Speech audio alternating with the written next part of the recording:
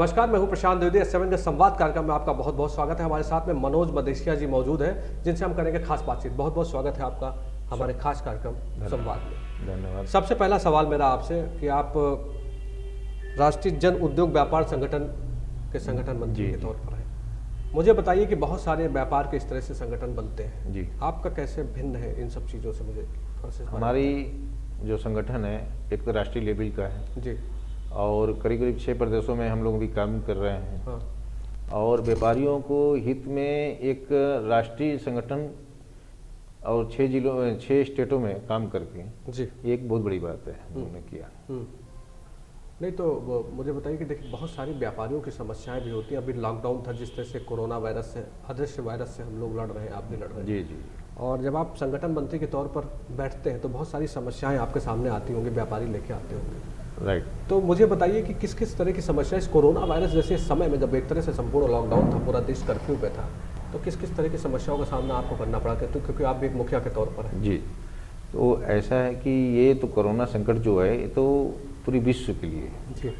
और भारत में हम समझते हैं कि जो हिम्मत से लड़ी, भारत ने लड़ा, जी। वो एक काबिल तारीफ है। इसमें सबसे ज़्यादा बड़ा योगदान व्यापारी समाज का था। हमारे जो सरकार तो पहुंचा रही थी, राशन पहुंचा रहे थे, हमारे व्यापारी समाज ने, समझ लीजिए हमारे संगठन ने लगभग हर जिले, हर कस्बे, हर नगर पंचायत में लोगों को बढ़ चढ़कर हिस्सेदारी लिया, मदद किया।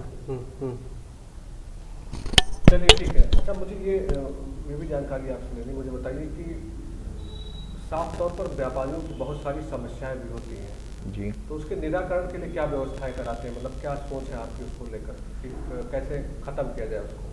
हम लोग लोकल लेवल पे जिलाध्यक्ष, महानगराध्यक्ष बनाए रहते हैं।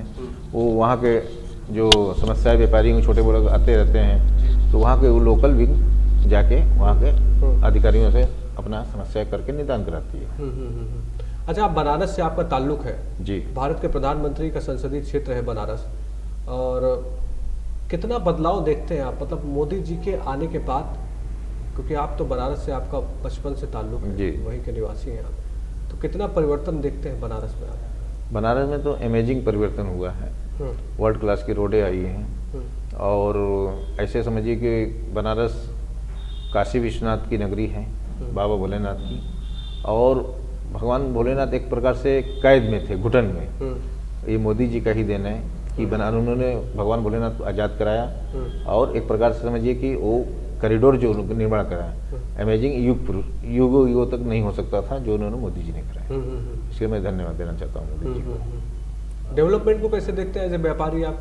मतलब जाहिर सी बात है कि आदमी को अपनी मूलभूत आवश्यकताएं जो भी होती हैं, रोटी, कपड़ा और मकान, सड़क सुरक्षा जो भी है, जी, कैसे देखते हैं बनारस में? मतलब मैं समझना चाहता हूँ इस बात को कि पहले बनारस कैसा था और अभी बनारस में क्या परिवर्तन आप देखते हो, क्योंकि भारत के प्रधानमंत्री का संसदीय क्षेत्र है, कैसे देखते हैं आप उसको? बनारस तो शुरू से ही व्यापार का हब रहा है, लेकिन रोड वगैरह की जो दिक्कत थी, लोग आ नहीं पाते थे। आज रोड वगैरह बढ़िया बने हैं, व्यापार बड़ा है। सुरक्षा के बारे में क्या कहना, सड़क के बारे में क्या कहना है आपको? सुरक्षा और सड़क दोनों अच्छे हैं।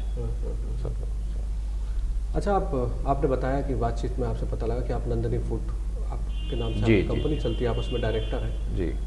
तो एक मुखिया होने के नाते जी। जब आप इस फैक्ट्री को चला रहे थे, कोरोना वायरस जैसी बीमारी आती है और एक तरह से संपूर्ण लॉकडाउन होता है, तब क्या भूमिका निभाई आपने? क्योंकि आपके साथ में बहुत बड़ा एक परिवार काम कर रहा होगा। जी। जाहिर सी बात है, बहुत सारे लोग। हम लोगों ने अपना ही फैक्ट्री नहीं, पूरी इंडस्ट्री को और संभाला, सारे वर्करों को बैठा के तनख्वाह दिया, उनको दुख सुख में साथ में रहे। और सरकार की तरफ से भी हम लोगों के कोरोना काल में भी इंडस्ट्री के लोकल डीएम स्तर से परमिशन मिला कि आप फूड इंडस्ट्री वाले हैं और आप लोग चलाइए। हम लोग स्पेशल परमिशन मिला था, परमिट मिली थी चलाने के लिए, तो सरकार के साथ भी था। तो मतलब लोग उस समय जो भी थे जुड़े थे आपके साथ में, राइट, काम धाम। जी।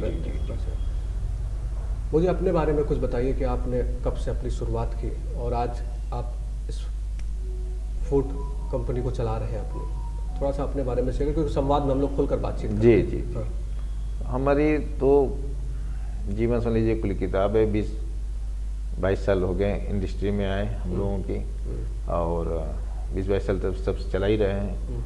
और अभी हम लोग बनारस में आपको एक हमारा अन्न क्षेत्र चलता है जिसमें लगभग 500 लोगों को रोज फ्री ऑफ द कास्ट खाना खिलाया जाता है। अच्छा। सन 2012 से। और फ्री में भोजन कराया जाता है? फ्री भोजन कराया जाता है। अच्छा। और करीब 2500 आदमी संडे को जाते हैं।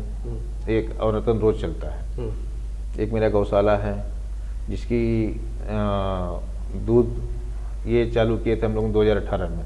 अच्छा। जिसका दूध पूरा करीब 200-250 लीटर दूध में निकलता है।